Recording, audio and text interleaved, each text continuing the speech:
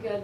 All right, thank you. Yep. It is 6 o'clock and I will call the meeting to order. Let's start with the Pledge of Allegiance. I pledge Allegiance to the flag of the United States of America and to the republic for which it stands, one nation, under God, indivisible, with liberty and justice for all. Thank you. And then Alicia, would you do roll call, please? Yep. Lacey Oster. Here. Sherry Link. Here. Michelle Lesha. Here. Bruce Belargen. Here. Lori Belargen. Here. Matt Foucault. Here. Marge Boyle. Here. Our district mission, together we engage, educate, and empower all learners, bridging their passions to pathways to create successful futures and positively contribute to our local and global communities. Our core values and protocol reminders are at the top of the agenda. Could I take, would somebody like to make a motion to approve the agenda? I make a motion to approve the agenda. Thank you, Lacey. I'll second. Thank you, Cherie. So we have a motion by Lacey and a second by Cherie to approve the agenda. All in favor? Aye. Any opposed? All right, motion carries. And for the open forum, I have one person who would like to make a public comment, Sophia Emmert. Would you go ahead up to the podium there and we'll get you on camera. And if you would just start by stating your name and your address, and then Bruce here's going to be timing you. No pressure though. Okay, so Sophia Emmert, 286 Arbor Hills Drive, Fulton, Wisconsin. Dear members of the Somerset School Board, thank you so much for all the improvements done to our campus through the referendum. Our schools are amazing and your decision making is greatly appreciated. I come to you today to draw attention to our track and the improvements needed to bring it up to the standards we experience in surrounding schools. Not only is the entire track uneven, but the track is deteriorating with cracks from the years of harsh winters it has had to endure with little to no improvements or restorations. On spring days, when track runners get the luxury and excitement of running in the rain for practice, we have to avoid all the water bubbles coming in from under the track and the massive puddles that form on the track in an attempt to not soak the person behind us or slip and fall and risk injury. On summer days when the track is dry, we put on our spikes and get ready to run, only to remember that the track is in such bad condition that our spikes will dull if we run on the ripping and tearing track.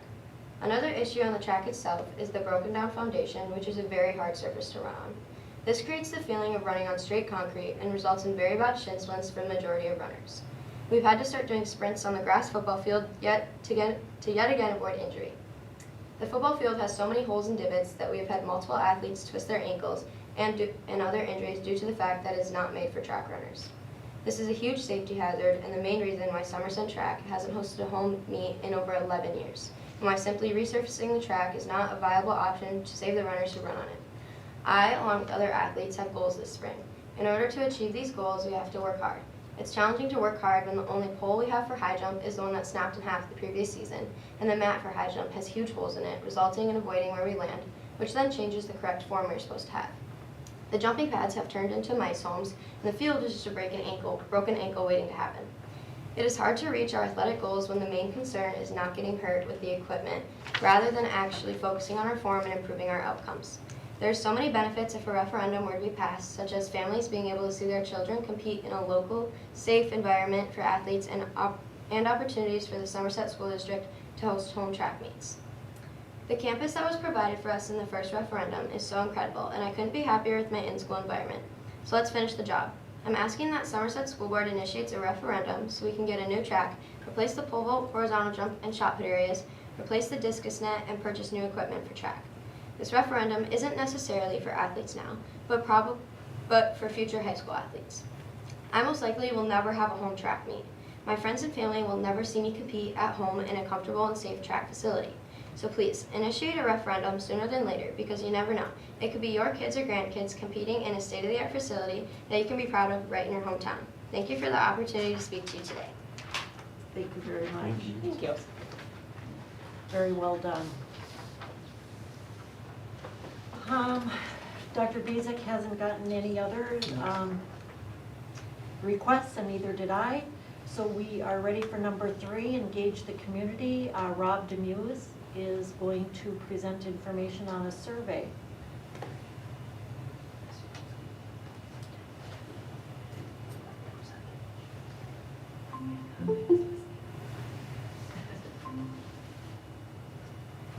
numbers just broken out for that. Thank you. For what's on the track for the facilities thing? Did Market Johnson break that out separate? Yeah. You want to know the number? 2.7 million. No, actually, well, Good, if you're ready. I believe for the entire stadium, it's around 4. That was bleachers. That's everything. That's everything. But I think the track itself and field, because it all has to be redone. Just because of the spacing, and then you need 9 lanes now, and everything has to be widened and bleachers, so it's almost starting over, but not completely, because the subgrade is there, which is expensive to begin with. You got something to work with, it's not all bad. That was also what, a 2-year-old bid? Well, that's what they told us at our last meeting. This was new. Oh, the last meeting, okay. Yeah, it'll come up again tomorrow night. Yeah. It's in the notes from that also. All right, Mr. Demuse, thank you for joining us. Let's see, if I have the power here, I could share my screen. All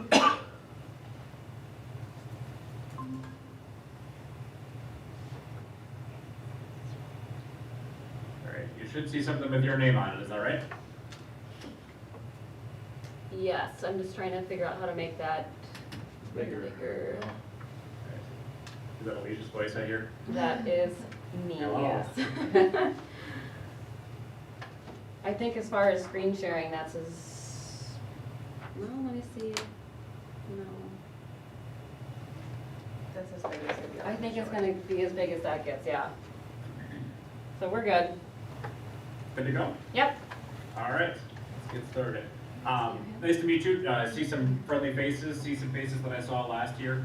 So my name is Rob Denise. I am the research director at School Perceptions, and I also presented your survey data last year about this time. I think it's a little later in the year, but same person, same face, same company from School Perceptions. So my goal with you tonight is to go through some of the overviews of your reports.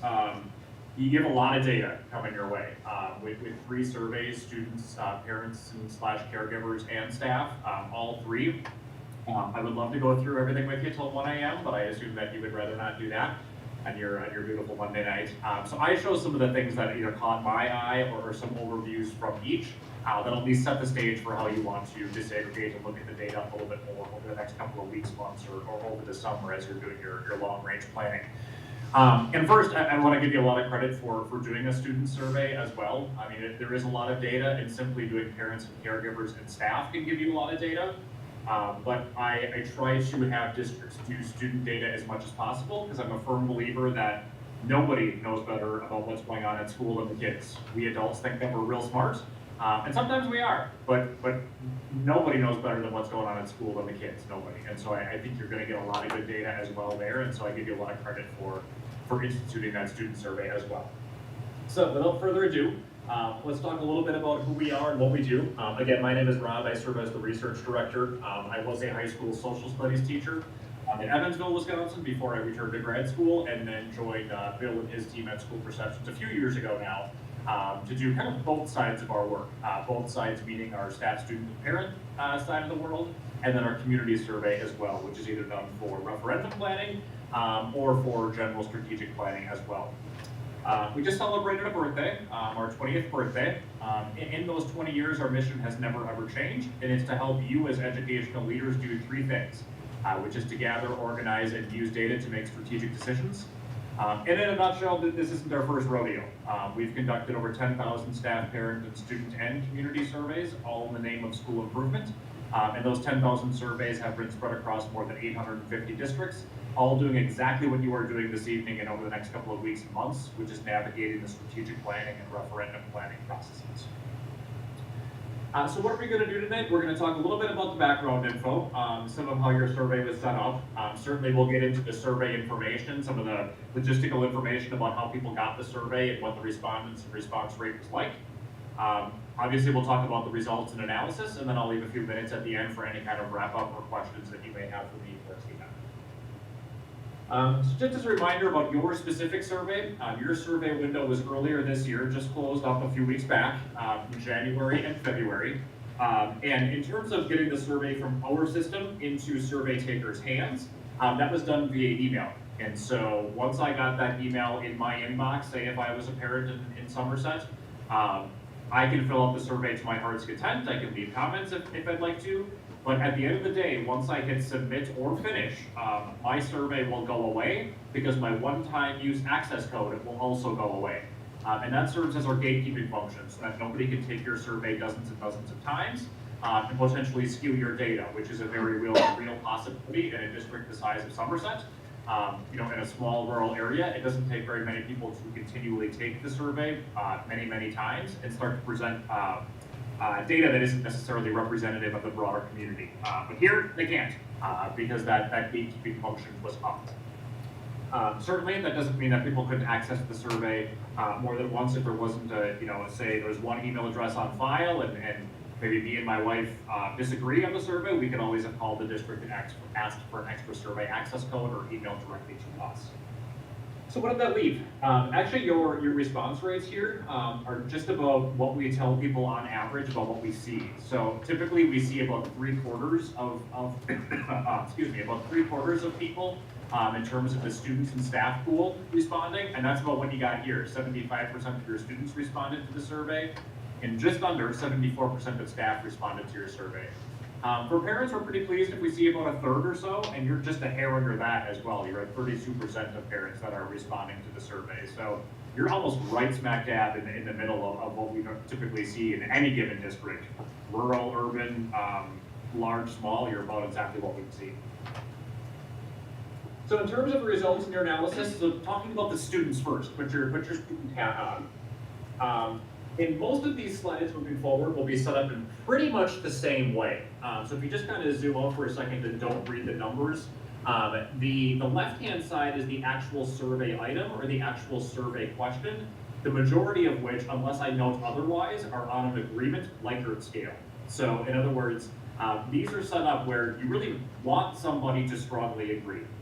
The higher the number is, the more positive the specific item is. In a perfect world, you'd see 5s across the board and 100% across the board. No world is perfect, so no district ever does. But the item is on the far left-hand side. The percentage of kids who agree or strongly agree, or in this case, it's a definitely or sort of for the kids with a little emoji next to it. That percentage total is in the second column. In the third column is the average, again, out of 5. So if I strongly agree as a student to a specific item, in the back end, my score is weighted as a 5. If I agree, it's a 4. If I disagree, it is a 2. And if I strongly disagree, it's weighted as a 1. So again, that's how you want to be as high as you possibly can. And then your comparison percentile, or in other words, how are you doing in relation to other districts, is on the far right-hand side. And just a reminder about percentiles. If you are at the 50th percentile, by definition, you are at the median, you are right smack dab in the middle. The higher you go, the better you are doing. So in an ideal world, again, you'd be at the 99th percentile. If you were at the 99th percentile, it means you'd be doing better than every other single school district in our comparison pool. If you were at the first percentile, that would mean that everybody else is doing better than you. So again, comparison percentile, you want to be as high as you possibly can over on the far right-hand side. Now, all that being said, you do kind of have to take all of this data together. There really isn't one column here that's more important than the other. And the reason I say that is just a very brief anecdote. When I was finishing up grad school, I had to take an exam. And when I was done, it was a computerized exam. When I was done, my score popped up and said I had a 94%. So I was feeling really good about myself. My chest was puffed. I walked out feeling really confident, only to find out that a couple of weeks later, I got a letter in the mail that said that nearly everybody else on the exam got a 98%. How do I feel? Well, felt a lot better before I got the letter, but I didn't feel bad. I had a 94%. I got an A rate. I felt good. I certainly didn't need to retake the exam, and that particular area wasn't something that I was that worried about because I had a 94%. Did my chest deflate a little bit when I found everybody else got a 98%? Yeah, it did. So I kind of had to take it with a grain of salt. What do I prioritize? Am I mad that everybody else did better than me? Yeah, I guess, but I still did well. And that's kind of the way that you got to take some of these. If you're doing really well, but your percentile isn't that high, it might be something to work on, but maybe that's not the red flashing light. So anyway, That's how a lot of these slides will be presented. So let's talk a little bit about these. What were the student items where you scored the highest in terms of these comparison percentiles? What were your top 5 scores? Those read as follows. On the classes and teacher page, the homework and projects I'm assigned, help me learn that are more than just busy work. That puts you at the 80th percentile. I have friends to sit with at lunch or hang out with at breaks. And teachers treat me with respect, and I like working in groups with other students. All put you at the 74th percentile. And by the way, this middle row here is a really good example of that. 94% of your students agreed or strongly disagreed with that, or agreed or strongly agreed that teachers treat me with respect. So that's pretty darn high. In the scheme of things, it puts you at the 74th percentile. So how do you weight those things? That's kind of a value judgment. And I can't tell you what your value judgment is, but I can say you got to take all of these columns together across the line. And then finally, you were at the 61st percentile for Life at School page in terms of most kids at school follow the rules.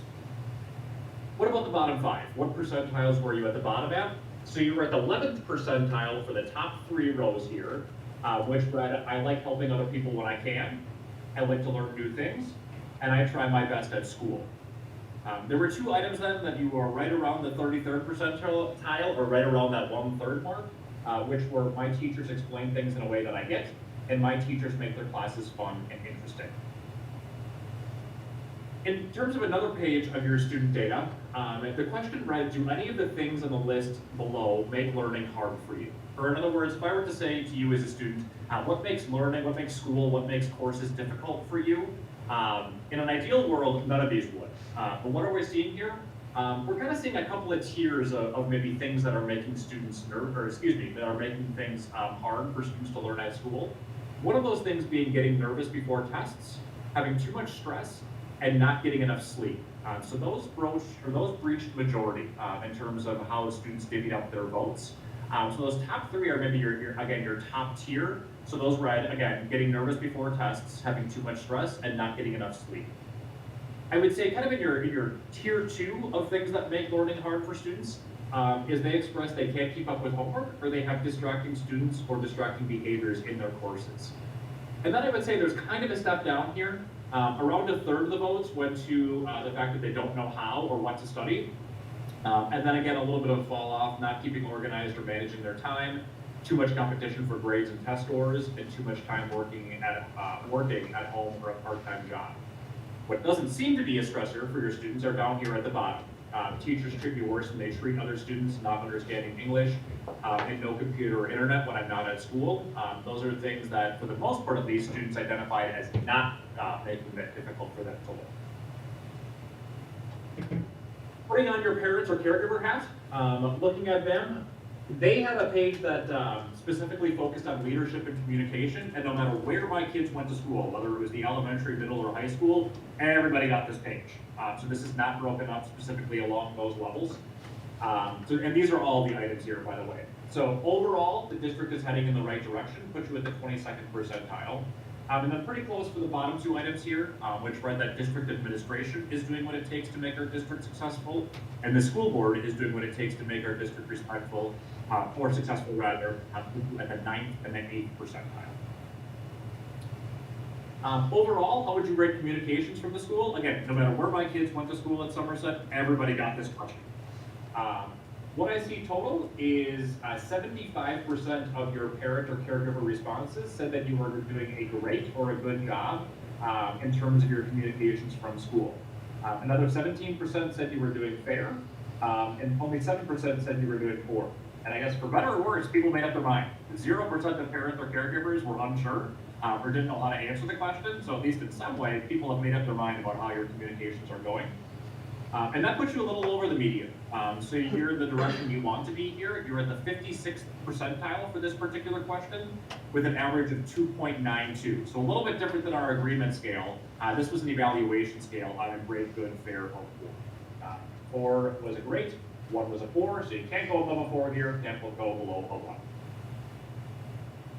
And then the question for everybody said, how would you like to receive school information? Now this question is worded carefully. It's a preference question, not necessarily what I would call a reality question. So this is not how am I receiving school information, it's how do I want to get it.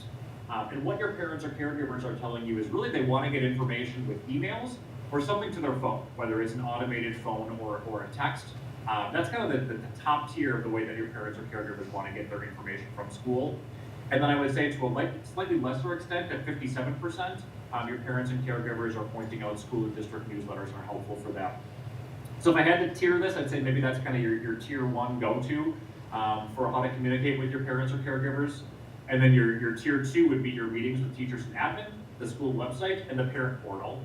And then things fall off a little bit in terms of Facebook school board meetings and parent organizations. That doesn't seem to be a strong preference for how parents receive school information. And then hardly any votes got other social media or Twitter. COVID-19 check-in, same story here. Everybody, no matter where my kids went to school in Somerset, got these questions. And you're seeing kind of a range of percentiles here. Some of them above the median, some of them below the median.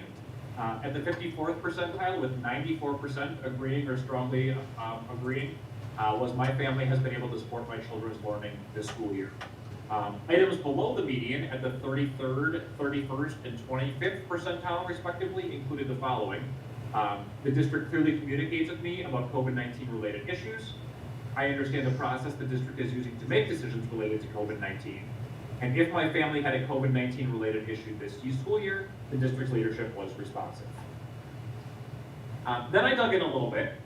So I kind of did a similar pattern for what I did for the students, but I broke it up for the parents based on what level of grades their child was in. So I looked at the top 5 and bottom 5 scores for the elementary, for the middle school, and the high school. So where are you landing the highest in terms of your elementary school parents? What are their top 5 items? Can't do much better than the top 2. So everybody in our comparison pool is doing worse than you on 2 items, which is I am updated on how my child is doing at school, and the school teaches with materials that reflect my family's cultural and racial backgrounds. And in fact, the other 2, you're also in the top quartile, doing very well in terms of school climate at the elementary school. I feel welcome in my child's school. And then tied at the 75th percentile was my child gets help when they need it, and I know how to support my child's learning. For the bottom 5 for the elementary, at the 19th percentile, there is a healthy culture at our school. And then you quickly took a step up. In fact, some of your bottom, quote unquote, bottom scores for the elementary were either at the median or above the median. So really good news here from your elementary parents. At the 38th percentile, overall, my child was able to handle the emotional challenges of school. And at the 40th percentile, the school facilities are clean and well kept. And then either at the median or above the median were 2. I have opportunities to provide feedback to the school and teachers, or most days my child enjoys going to school. At your middle level, same thing here, top 5 and bottom 5 scores. Your top 5 scores were all above the median for your middle. At the 68th percentile was I feel welcome in my child's school. In the 61st percentile was overall I'm satisfied with how much my child learned this school year. And the 3 that were a little closer to the median, but still above, or right at it, where my child gets help when they need it. If my child breaks a rule at school, they're treated fairly, and my child feels safe at school. Those 3 items between the 55th, 51st, and 50th percentile, respectively. For your bottom 5 scores at the middle school, in the bottom quintile, at the 11th percentile, the school provides opportunities for parental involvement. You had 2 tied at the 17th percentile. I have opportunities to provide feedback to the school and teachers, and I have at least 1 school staff member I feel comfortable contacting when I have an idea or concern. And then again, 2 tied at the 20th percentile, which is I am updated on how my child is doing at school, and school communication is both timely and transparent. Finally then, at the high school, top 5, bottom 5, you had a really quick high score here for if my child breaks a rule at school, they are treated fairly at the 84th percentile there. And 4 others that were all either in the upper 1/3 of school districts. 2 tied at the 72nd percentile. I feel welcome in my child's school, and I know how to support my child's learning. 3 tied at the 72nd, and my child gets help when they need it. And then finally, at the 67th percentile, my child feels safe at school. What about finally for your bottom 5 scores at the high school? You had 3 tied at the 20th percentile. I am updated on how my child is doing at school. School communication is both timely and transparent. and the school teaches with materials that reflect my family's cultural and racial backgrounds. And then two that were quite close to each other. At the 26th percentile, there is a healthy culture at our school. And the 29th percentile, I have at least one school staff member I feel comfortable contacting when I have an idea or concern. Now, obviously for parents, that's a lot. So I thought, okay, well, what's common? Are there items across all three levels, elementary, middle, and high, where there were some commonalities in terms of the top 5 scores? Or in other words, are there things that floated to the top for all 3 grade levels? And I did see some overlap here. So commonalities for the top 5 scores, there were 2 that showed up no matter what grade level we were looking at, which were I feel welcome in my child's school, and my child gets help when they need it. So again, no matter at the elementary, middle, or high school, that showed up in the top 5 scores for all 3 groupings of grade levels. And actually, interestingly, there was no overlap in the bottom 5, which, I guess is neither here nor there. It's not a good thing, it's not a bad thing that there aren't commonalities. What I'm hearing though is that in terms of what your parents or caregivers are telling you, what your elementary parents are telling you to focus on is different than what your middle school parents are telling you to focus on, and then what your high school parents are telling you to focus on as well. Or at least if there are commonalities, it might be only at 2 of your grade level groupings as opposed to spreading across all 3. So again, I don't really know what to make of that. It's not a good thing, it's not a bad thing, it is what it is. Your different groups of parents have different concerns at all 3 grade levels. And then finally, your staff. So your COVID-19 check-in, the 77th percentile was the district listens to my COVID-19 related concerns. 2 right around the upper third was I understand the process the district is using to make decisions related to COVID-19, and the district clearly communicates with me about COVID-19 related issues. The one item for the COVID-19 check-in for staff that fell below the median was I have someone at school I can talk to about work-related problems. What about for your staff? Overall, their top 5 scores. Again, a couple here where you can't get much better than where you're at. 2 of those being our school's student discipline practices and policies are effective, and the social and emotional needs of all students are being met. Again, not to belabor the point, but can't get much better on those 2 right there. You're doing better than nearly every single other school district in your comparison pool. And another one that's quite high is at the 82nd percentile, all students in our school are given equitable opportunities to learn and experience success. And 2 that were also in the upper quartile, information important to my work is shared with me in a timely and effective manner, and I have access to the technology support I need. Where are staff telling you they want some extra support? You had 2 tied at the 6th percentile. So for the bottom 5 for your staff, those include the school board is doing what it takes to make our district successful, and our parents and community support the school district. Close, but a little higher at the 7th percentile was the district's pay practices are fair. And then 2 items that were very close among your comparison pool. At the 12th percentile was most days I look forward to going to work. And at the 13th percentile, I am recognized when I do a good job. You had some questions that were similar for both parents and staff, so I wanted to pull those questions together for you for some easier analysis. Specifically looking at high school scheduling, what were your students telling you? Now, you'll notice that the comparison percentile here is blank because these are questions specifically for your district. They weren't asked anywhere else. And you're noticing that every item here is above the, every item here is garnering more than half of student support. So nearly all of your 9th through 12th graders say they understood how the FlexMod schedule works. And the next 3, again, over 9 and 10 of your 9th through 12th graders are saying it helps them learn how to manage their time better. They know why you use the FlexMod, and that the classes that they're taking challenge them. So all 4 of those items garnered over 90% of agreement from your students in 9th through 12th grade. 81% of your high school students said that teachers and counselors helped them create a schedule with classes that interest them, and 72% said that they're able to take all the classes they want to this year. So overall, what I'm seeing here, they know why you're using it. There are some good things about it, but it looks like they want some additional support in terms of building a schedule that works for them. What did they say they like about it? Now these were not fill in the blank. These were items that they were asked to choose from. So these were presented to them on the survey. And what I'm seeing here is there are 4 items that reach the majority threshold here in terms of what students like about the FlexMod. That was choosing how to use their time during the day, their success time, having a different schedule each day, and different flex spaces to use around the building that we can choose from. What do they not like? Interesting breakdown here. So almost all devoted to scheduling conflicts, which I think kind of corroborated your data from a few slides ago, where it says they want a little extra support, your students do, in terms of making those schedules. Otherwise, very few students said that they don't like not having a different schedule each day, or that they don't like how they're using their success time. For parents, so putting on your parent hat here, scores went down a little bit in terms of the overall agreeing or strongly agreeing, which wasn't super surprising to me. Your students live this day in and day out, your parents don't. But nevertheless, quite high percentages here. At least 80% of your parents said they understand how the schedule works and they understand why you're using it.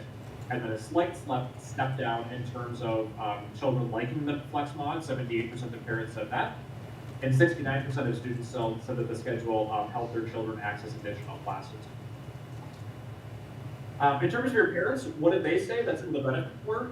Again, there were 4 items here that garnered over 50% support. 5 items, which was the ability to develop personal success skills. Parents like that for their kids. The ability to have a schedule that's created for the children that is individualized. They like that their kids can access teachers during the school day. There's a variety of flex spaces around the building to choose from, and kids have the ability to take more than 6 classes. What do they find that there are challenges? Most of the votes went here, again, towards course scheduling conflicts and course overlaps, and then to quite a lesser extent, how kids are best using success time and having a different schedule each day. So kind of in a nutshell from your students and parents, and hearing that they understand why it's used, they like it, they're just finding a little bit of frustration in terms of some scheduling conflicts. Finally then for your staff, over 9 in 10 of your staff members showed some positive data here in terms of the addition of Spartan time being a good addition.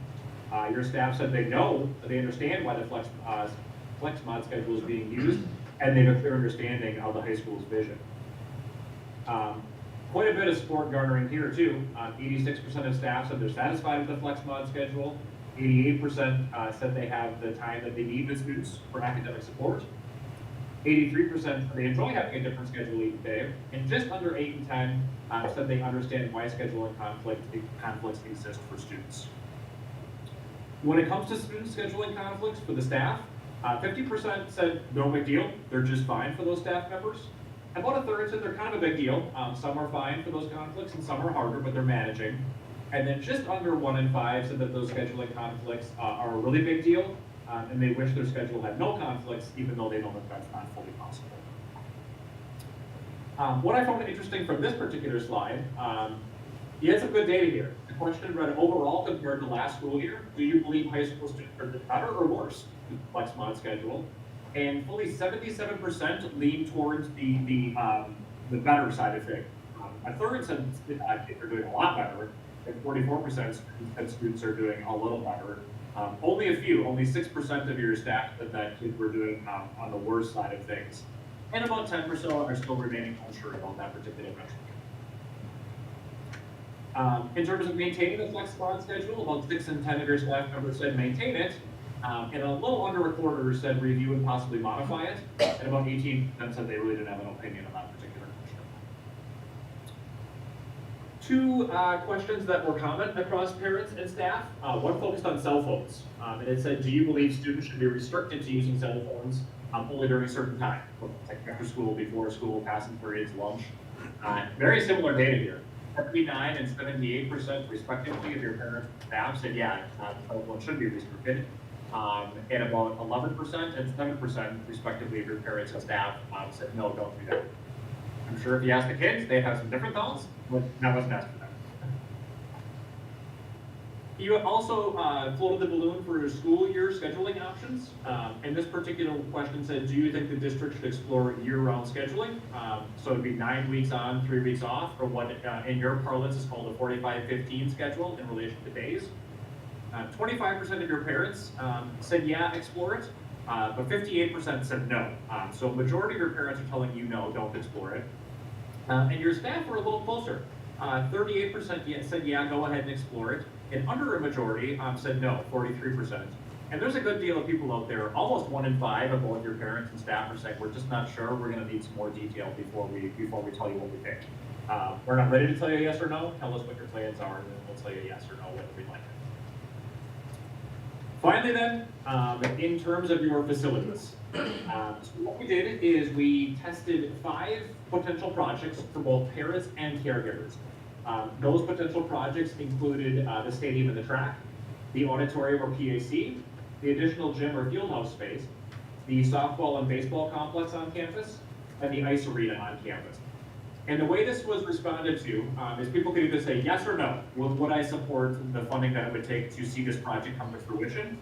So in the background, as you're looking at these numbers on the far right-hand side here, when we weight a yes, I would support it, that's given a weight of 10.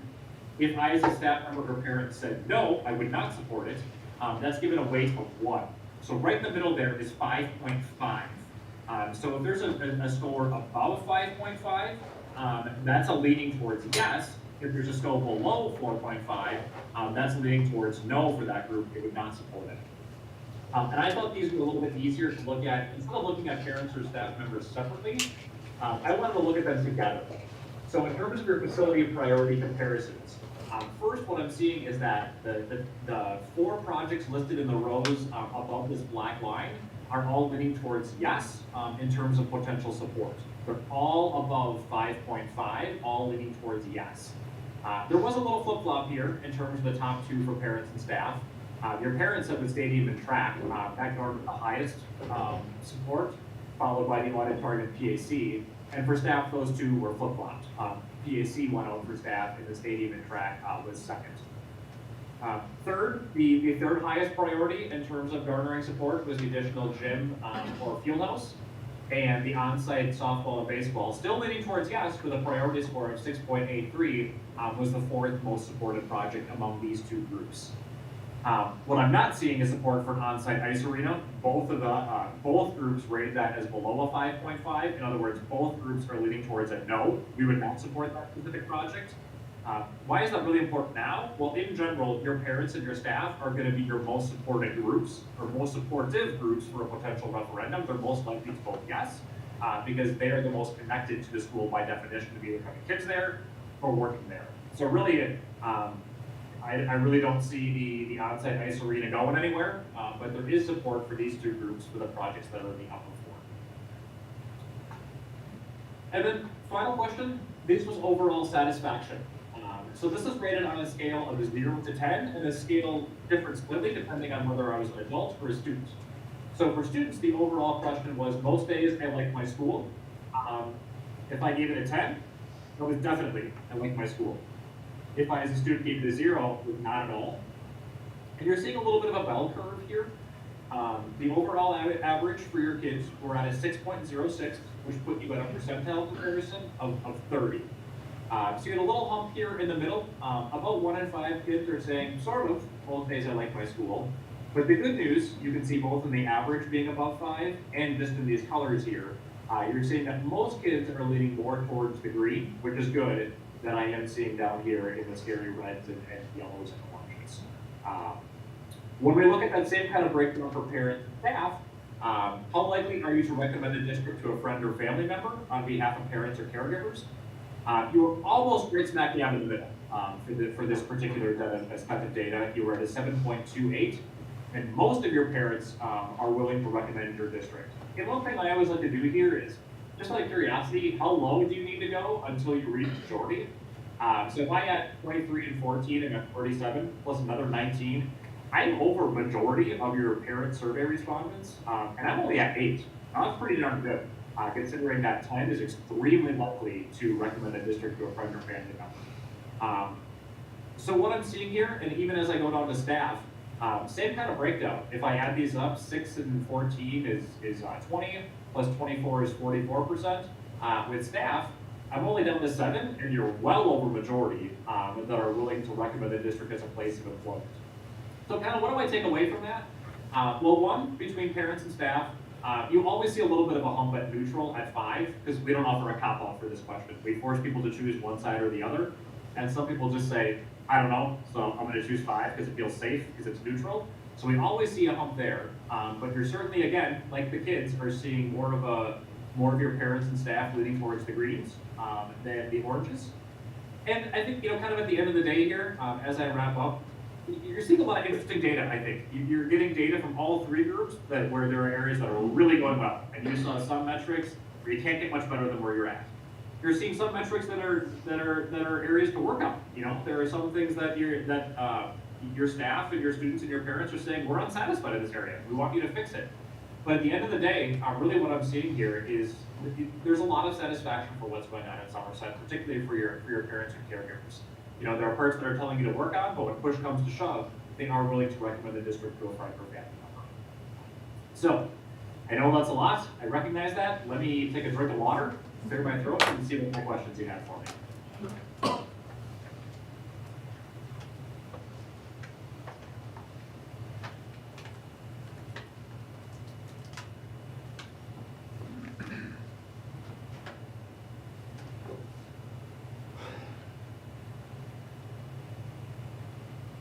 Are you ready? Anytime. Oh. Say, Can Rob. you stop this is- sharing so we can see him? Listen, Rob, this is Mark. As far as the comments, the themes, That's not good. Sorry, go ahead. yeah, the comments portion, Mm-hmm. and when will that be available? Sorry, excuse me. It should be ready by midweek this week. Those two take substantially longer to go through. It's kind of a multi-phase process. We read through every single comment for all three stakeholder groups, just as kind of a once-over to get a feel for the data. Then we reread every single comment to generate those themes from each group, or in other words, what themes float to the top for each. Then, once we have the theme settled on, then we'll go through and provide you verbatim comments for all three of those, or for all the themes for all three subgroups. So that does take substantially longer. So the short answer / long answer is should be ready by the end of the day Wednesday, by the middle of the week this week. And that'll certainly offer some nuance and context, I think, to why people answered the way they did.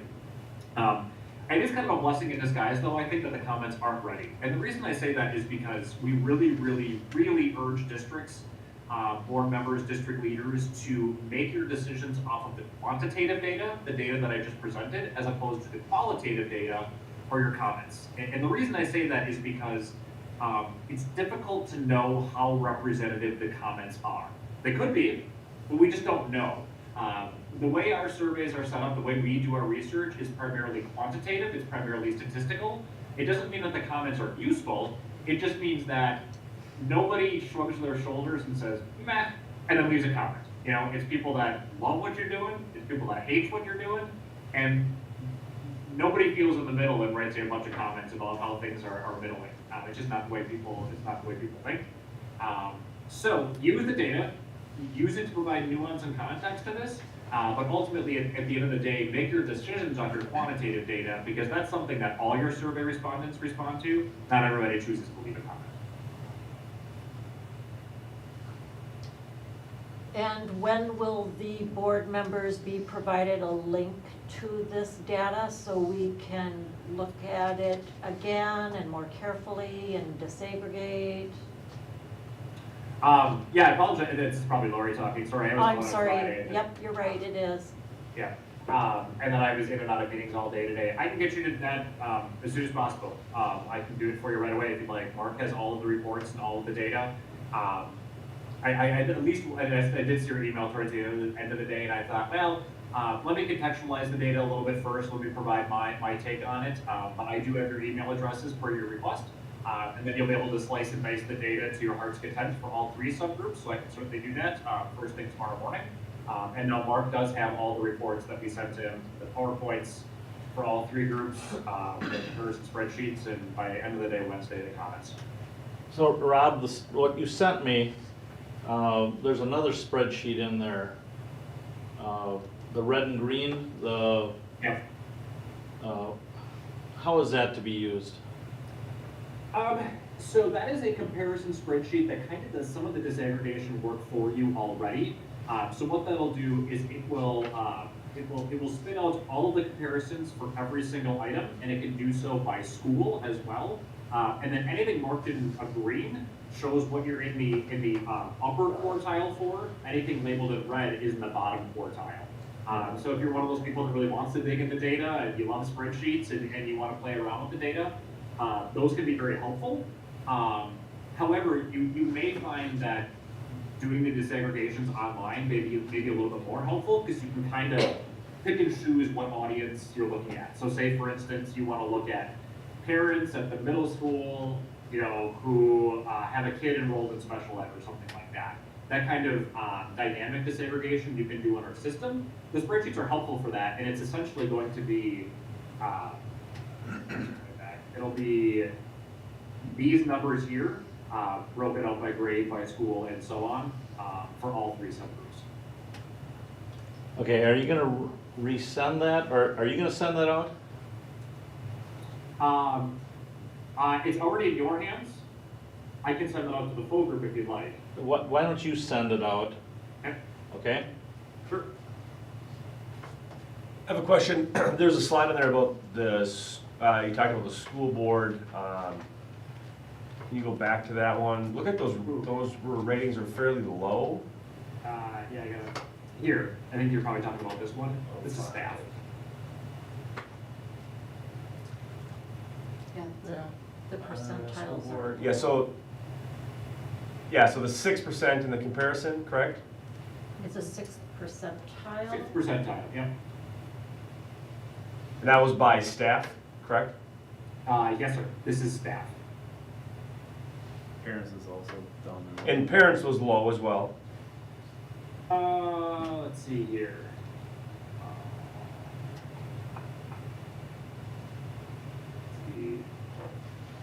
Yeah, so this is percentile that we're looking at. 8th percentile for the board metric, 9th percentile for Both of them district are at administration. 59 and 60%. Very strongly. But you can't draw any conclusions as to what, other than comments. We'd have to look at comments. That, and if somebody chose to leave a comment. They may think that and not offer you any other information. But yeah, if you wanted to understand a little bit better about why this looks the way it does, that would be an excellent use of the comment report.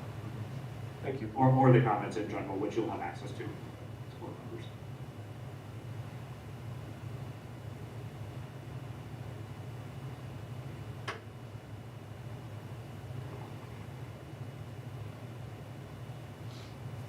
Will that be a public document? Sorry, somebody coughed and caught the Sorry. first part of the question. Just, the question was, it just, we handle it. It is. Say once more, please. It was just a question that came up and Mark answered it. You're good. Oh, okay, great. Thanks, Mark. Send you my bill.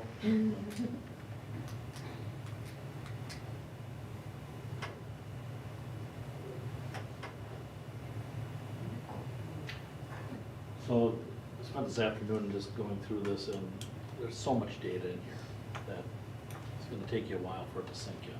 So I'm gonna have him send it directly, because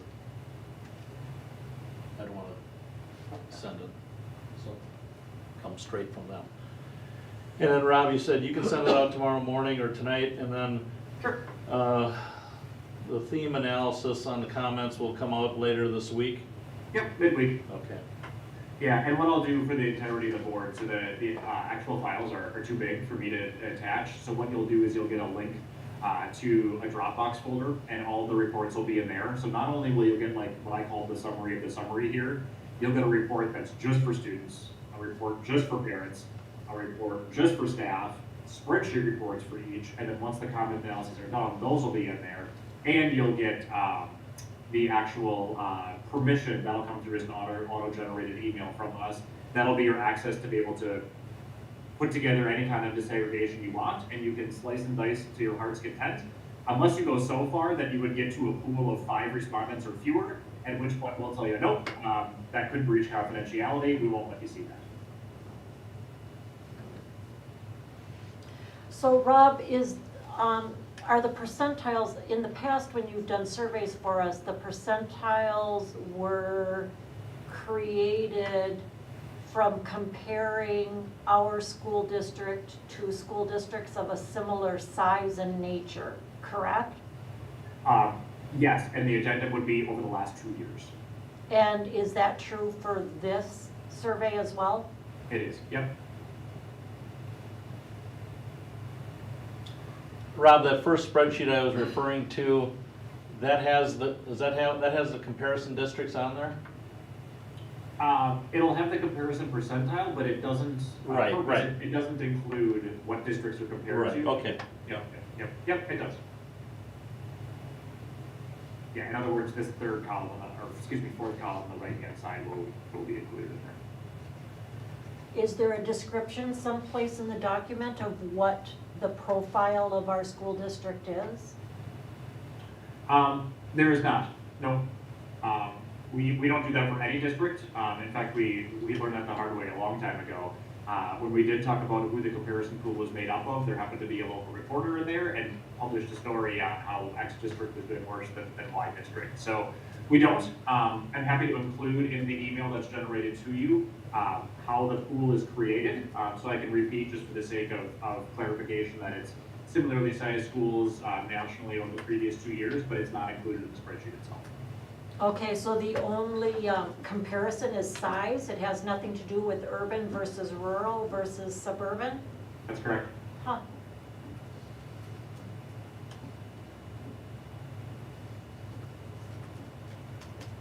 Well, I suppose a rural school district would be smaller than an urban one anyway.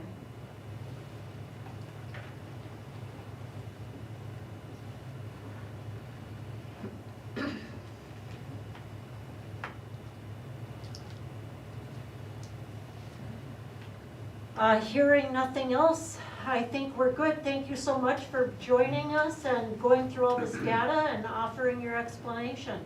You bet. Thank you so much for your time, and I appreciate your flexibility to present virtually. I'm off to Iowa in a second, but it's hard to be 2 places at once. It doesn't work. Thank you. Thank you. Bye. Have a good day.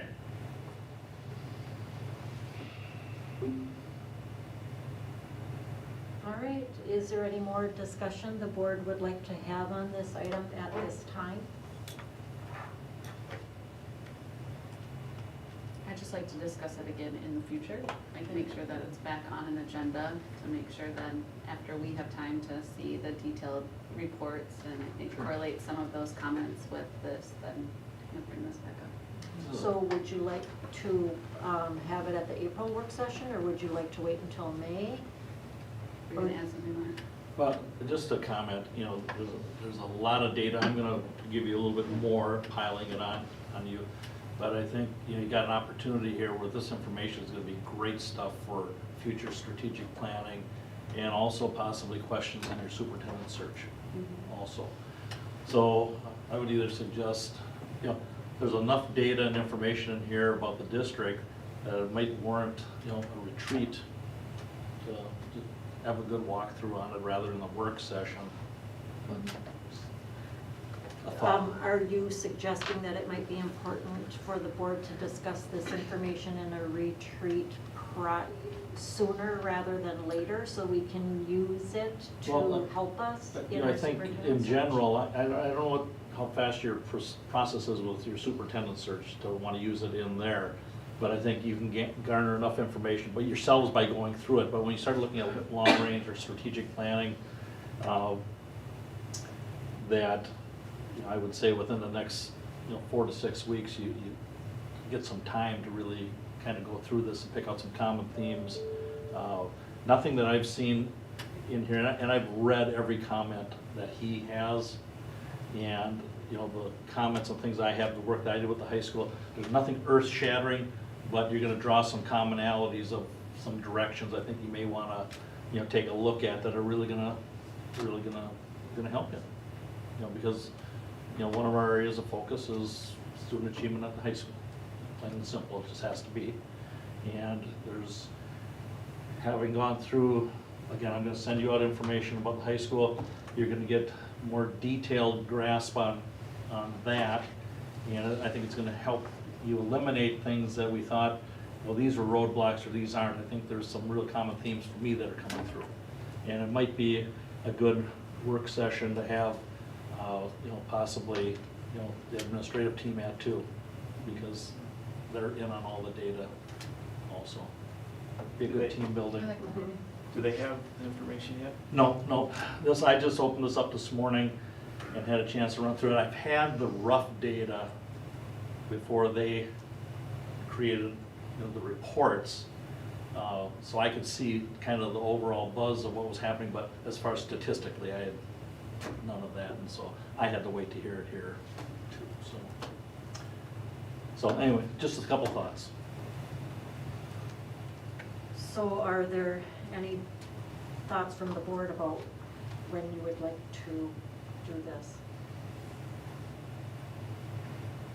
I'm thinking that, it's already March 28th, the election is just, a week away. We might want to do it after that. New school board members aren't sworn in until the fourth Monday in April, however. What are you thinking? Anybody? I would suggest May. Well, I would. That's just my suggest 2 not cents. May. We don't have any time in May with the superintendent. So we got like That's what- 5 nights or If you're gonna 5 use separate anything for the superintendent superintendent's nights. piece, it needs to be mid-April. We'd have to do it the week of the 18th probably, or. Can we kind of plug out or even ask for, like take out those pieces, I mean, not dive into it all, but take out those pieces that would specifically support the superintendent search and feedback that would specifically go to that prior. So are people willing to take out their calendars and look at the week of April 11th or 18th?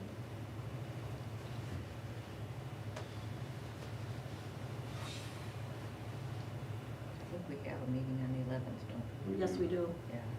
So I'm just looking at that week though, the Tuesday through Friday after the 11th, or the Monday through Friday of the 18th.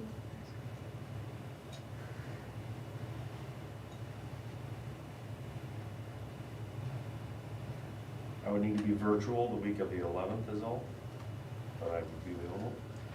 How are you looking on Monday, the 18th?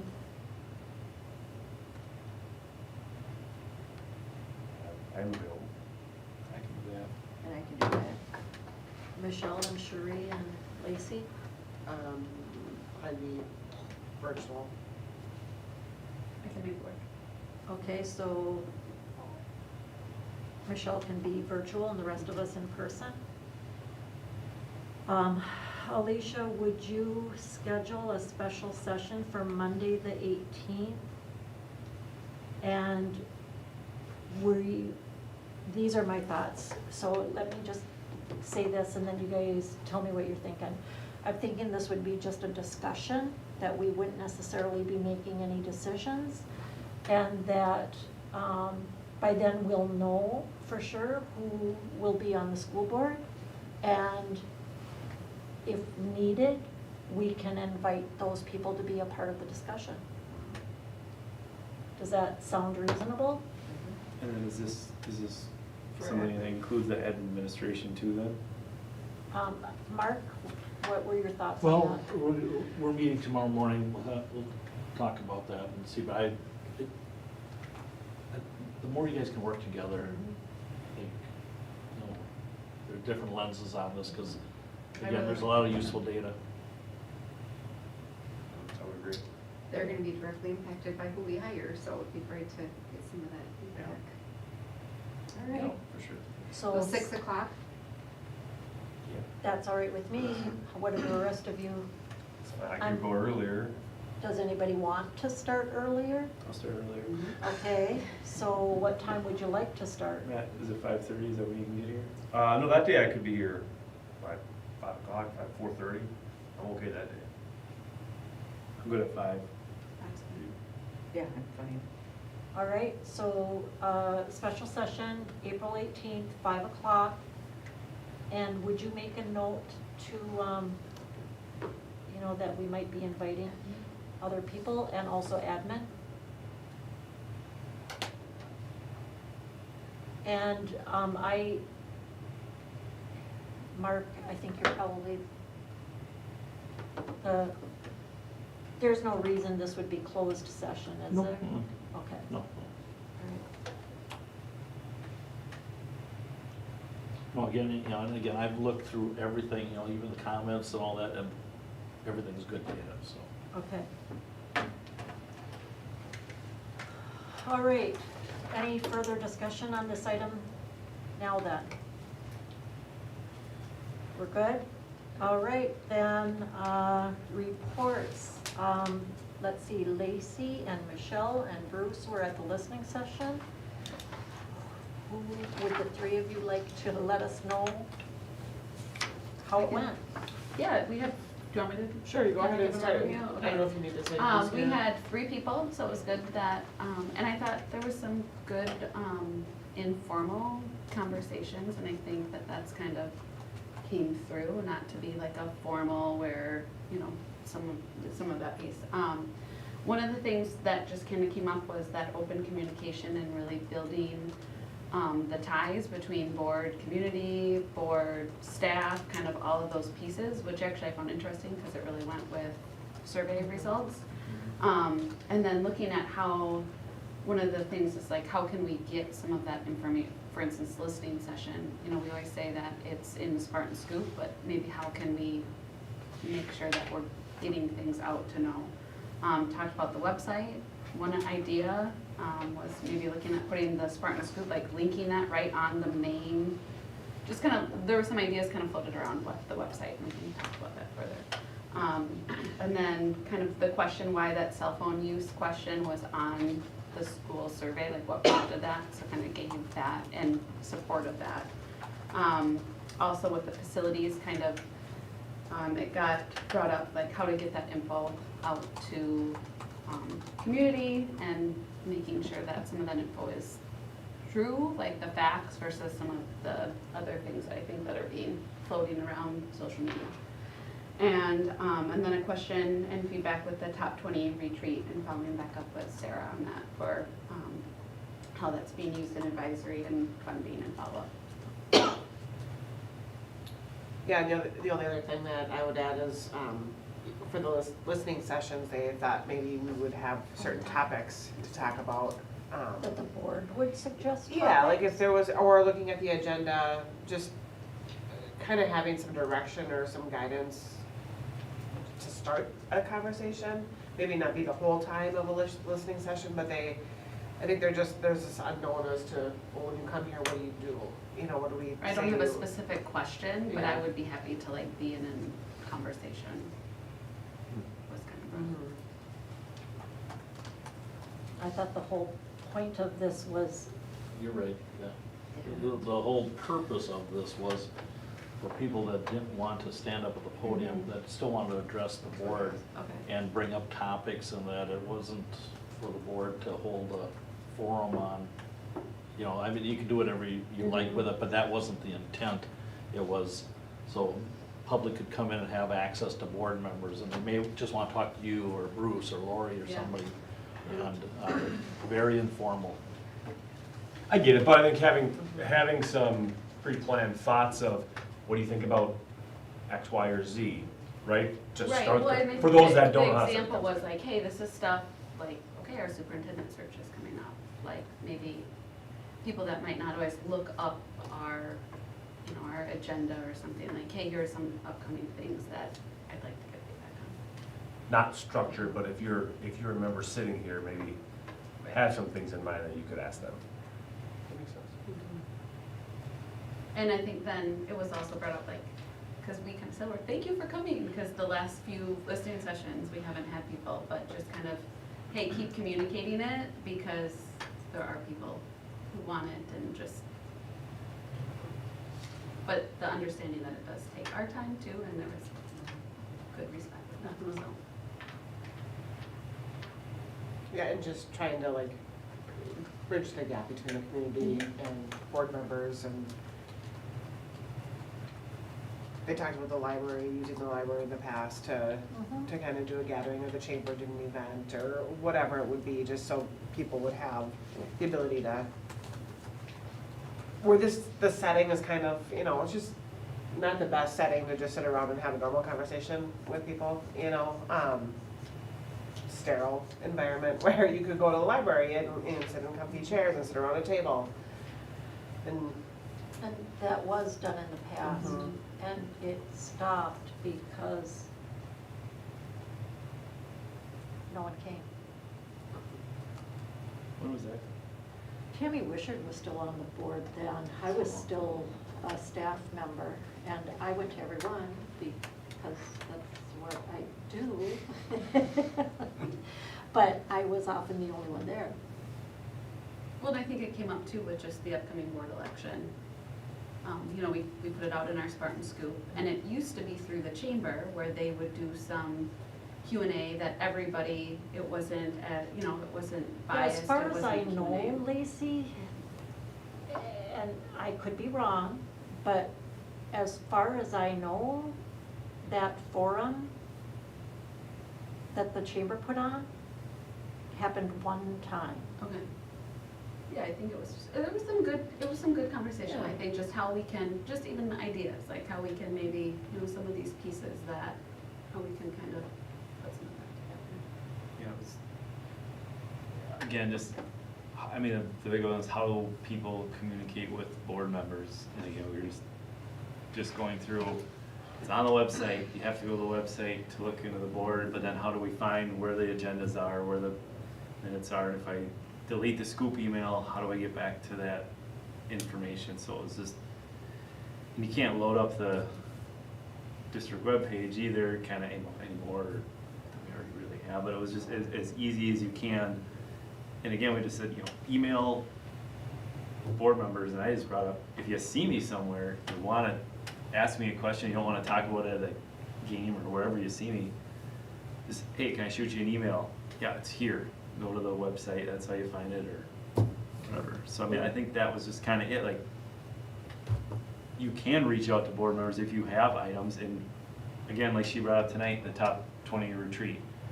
Mark, reach out to the high school principal, or the middle school principal, and they'll get you the information. Oh, it's that simple. I mean, I think she'll be okay with it then, so it's.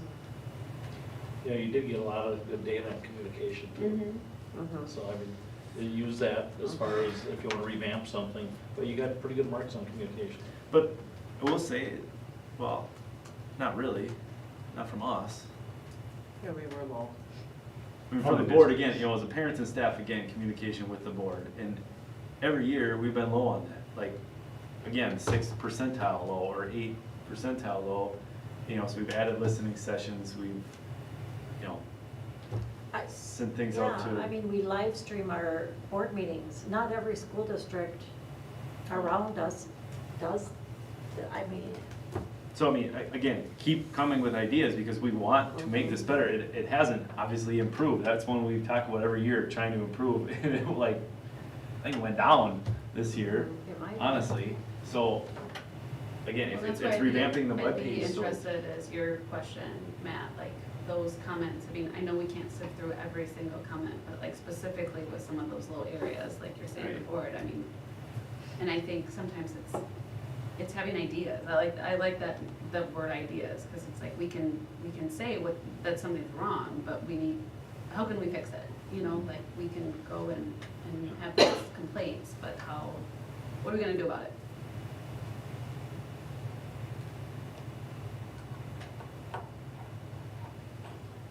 Anything else? Thank you Anybody? for coming again. Yes. And we'll do it again next month. I won't be here, but I mean. And look, I think the one thing we do is, when they were talking about topics, it's items that are on the agenda are a great starting point, obviously, but then you gotta know where the agenda is to know what topics we have coming up. And I'm happy to, on the smart board and walk through that at a meeting sometime. I've done that too. You know what I mean? Just cause sometimes Here's stuff is where all the hard board to. stuff is, here's each Yeah. school, because, once she's couldn't even find where the school was, or, we've had other issues before with people coming in, can't find the most up-to-date, whatever, Well, the people who are watching know how to get to the agenda because that's where the link is, right? And that's right on the page. You can just go to YouTube as well. Oh, I suppose, Yeah, like there's, yeah. And the next session is April 25th. Yes, the next listening session is April 25th, Monday at 5 o'clock. And May 23rd is going to conflict with our interviews. We changed our meeting, so that's going to, Alicia already updated that on our district website. Our meeting that week, I believe, is May 16th, is that correct, Alicia? Yep, it's right here. So it looks like it's still showing up on the school calendar on the 23rd. On the school calendar? Well, I have the calendar, is it?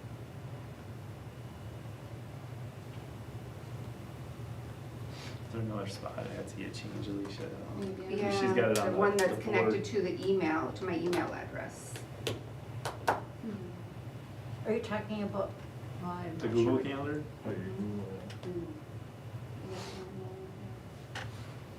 You'll have to just change that invite as well. the invite? Or I bet Oh. Taysha sent it out a long time ago. Oh. Oh. So you'll have to change That one. that one. Oh, is that what you're referring to? The invite with everybody on it? Yeah. Oh, okay, okay. Good to know.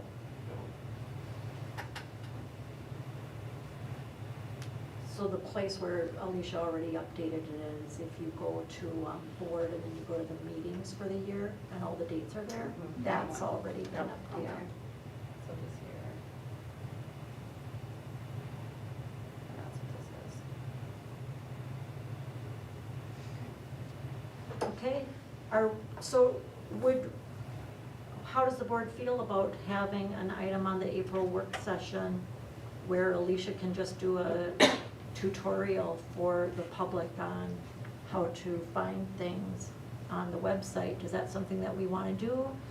Or is that something that perhaps Brandon Berry and Alicia or somebody in the tech department could make a video tutorial on so people, and post it on the front page of our website, so people who wanted to access it could, but we weren't taking up a board meeting time to go through it?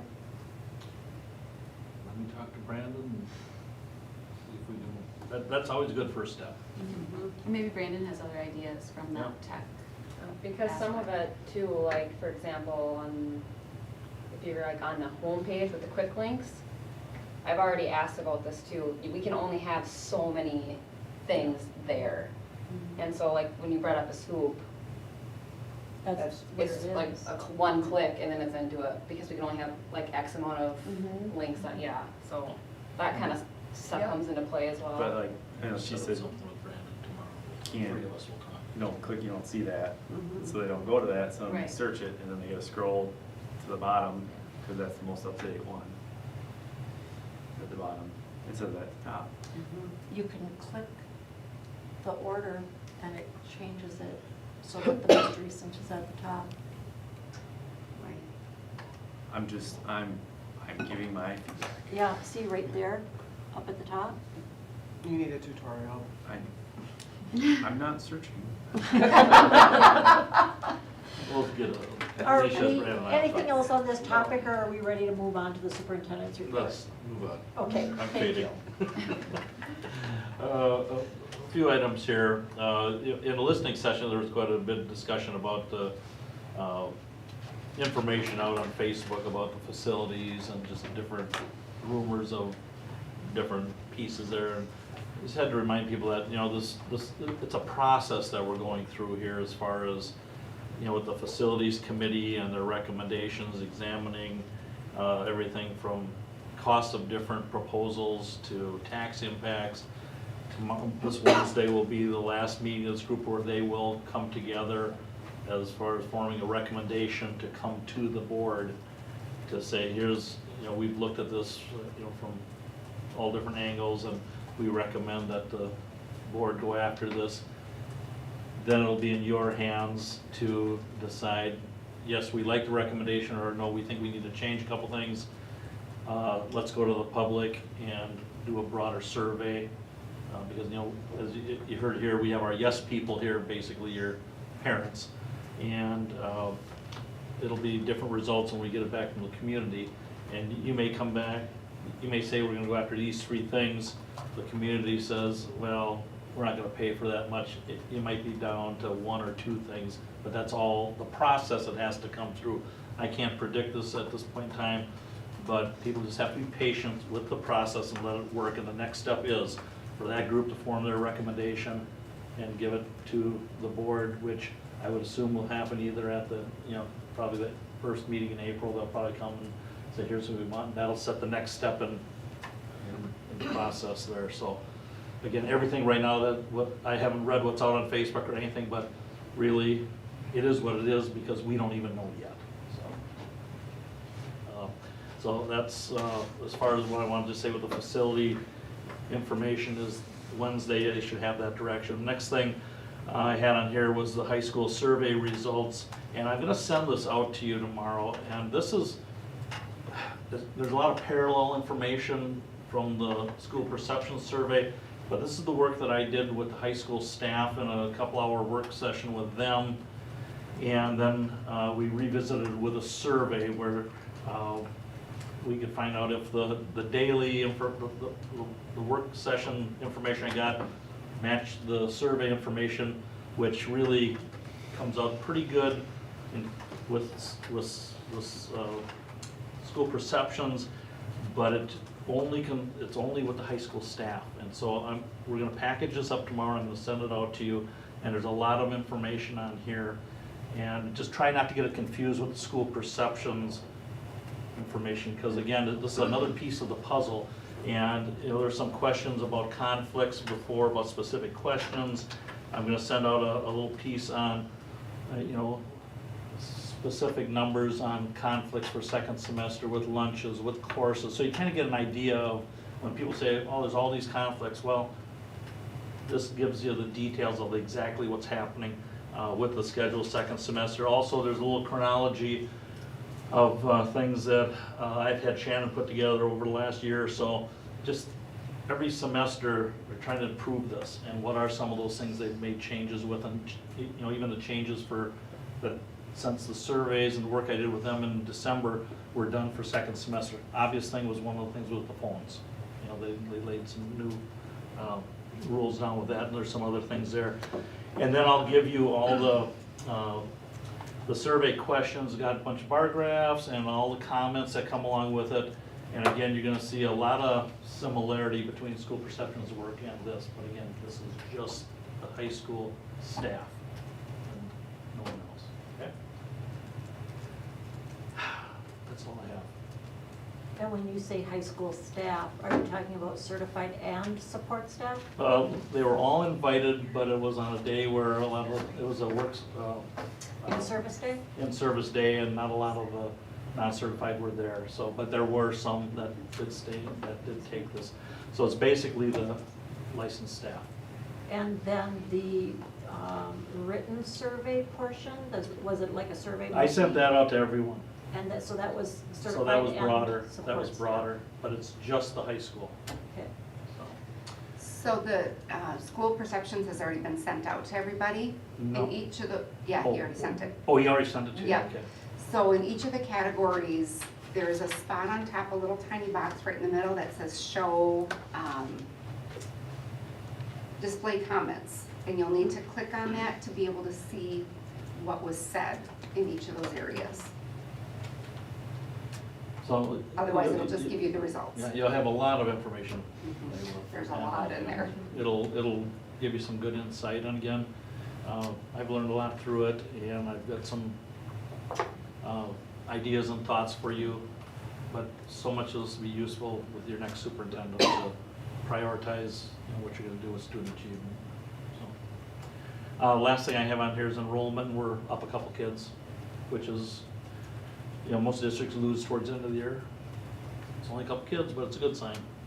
And we got our third house starting on here.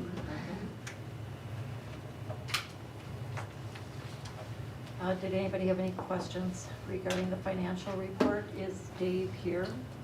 I haven't seen him tonight, no, I don't think so. if you do, you know, feel free to email or call Dave. Educational delivery then is the next item on the agenda. We discussed this, and Sarah Colling was here at our work session. Is there anybody who would care to make a motion? I'll make a motion to approve as presented. I'll second. All right, so we have a motion by Bruce to approve the ECCP SEN Fall 2022 course requests as presented, seconded by Marge. Is there any questions or discussion on this item? Okay. All in favor then? Aye. Any opposed? Motion carries. The next item on the agenda is the School District Board of Canvassers, and this is a legal requirement. Alicia, do you want to, you know, present the information of like what we need to do and when it has to be done and who has to do it? No. Not particularly. All right, well, Alicia and I have been having many conversations and have consulted with WASB as well as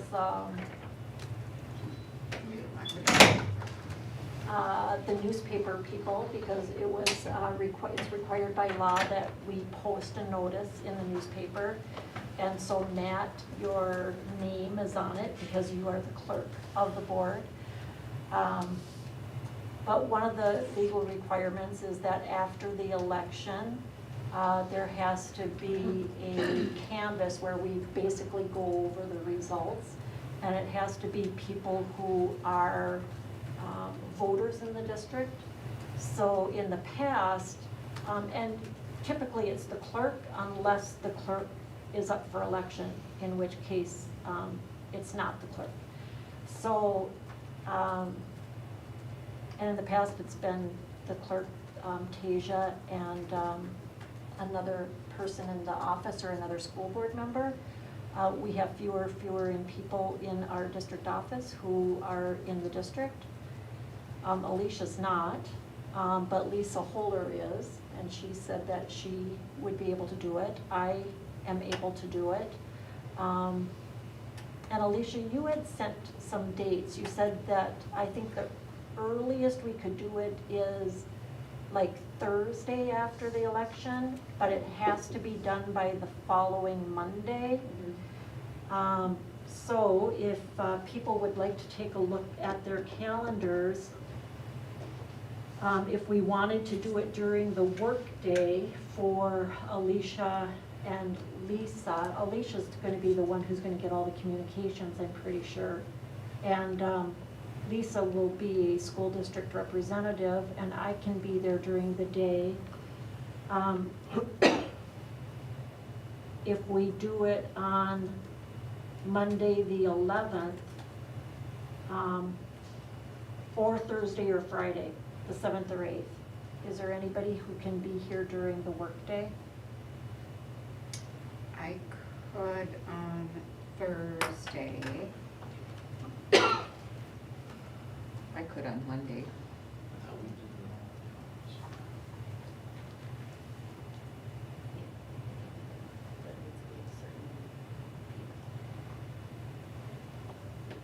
We could do morning, I could do Monday. Okay.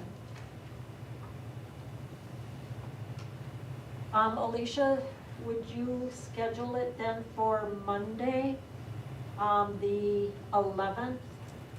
What time would be good, Sheree? 8:30 or 9? March, how does that work for you? I'm open all day. Okay, so let's schedule it for Monday, the 11th at 9 a.m. here in the district office. All right? And that's all I remember that we had to do. Am I missing anything? I don't think so. Plan an hour? Last time I did it, I think it only took like 30 minutes or less. All right? Okay.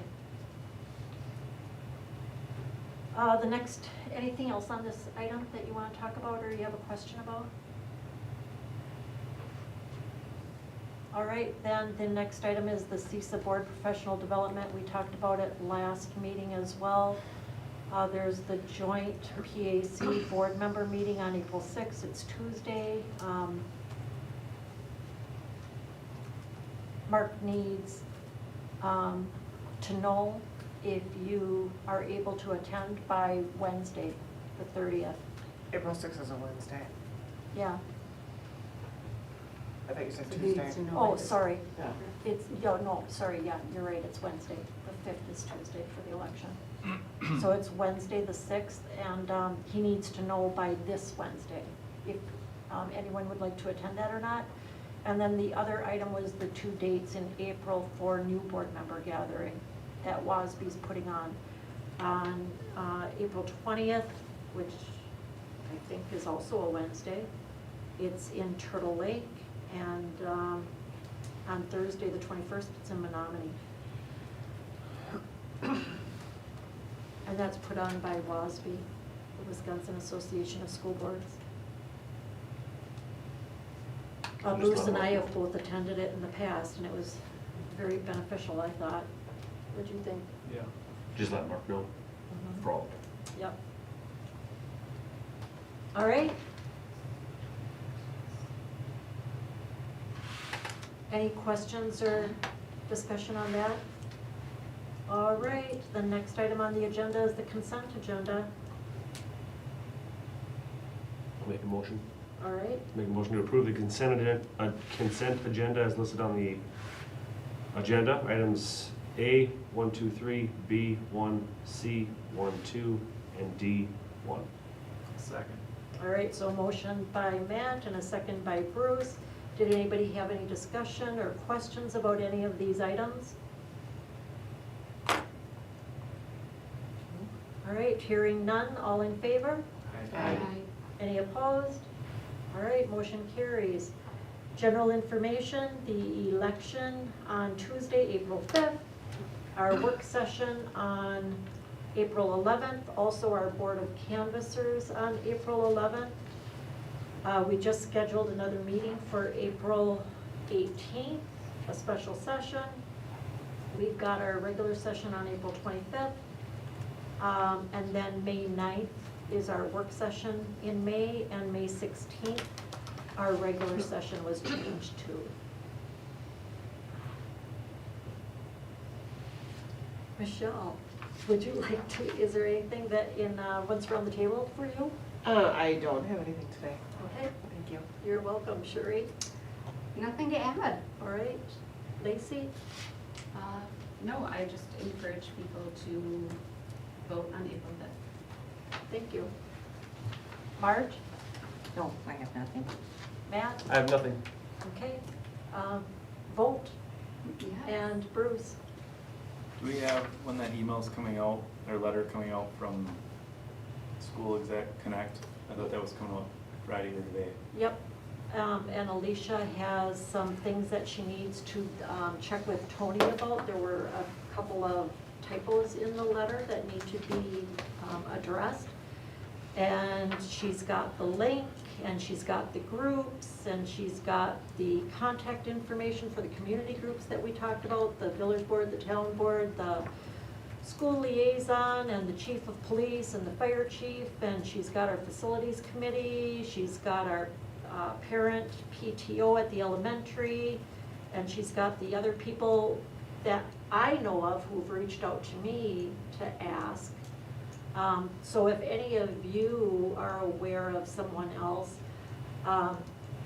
if they're not in one of those groups that we've already mentioned, and we also in those groups are certified staff, support staff, administrators, students, and that was one of the questions Alicia was going to ask Tony, was whether they want that focus group to be 9 through 12 or just 11 and 12. I think when we did this 6 years ago, we just did 11 and 12. But, you know, it was the same company and Tony was involved, so she'll be able to answer that question.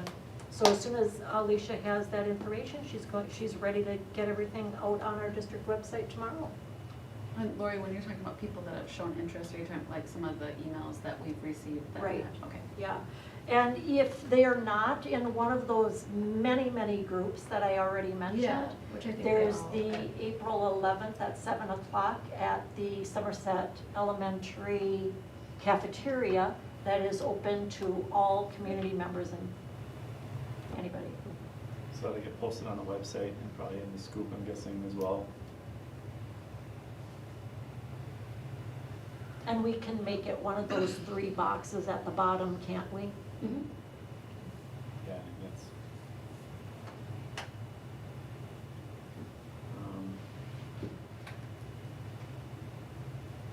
And then I haven't been to the facility meeting because I've had basketball and stuff going on, but one thing, when she was talking about the track revisions tonight in stadium, when we did it, when I was in high school, when we redid it the first time, I remember there was a big cost and we ended up, so something for Marka Johnson or who's ever on that committee to look at is trying to get a breakout of like the track and the field and what a breakout of things are, because parents and students put those bleachers together.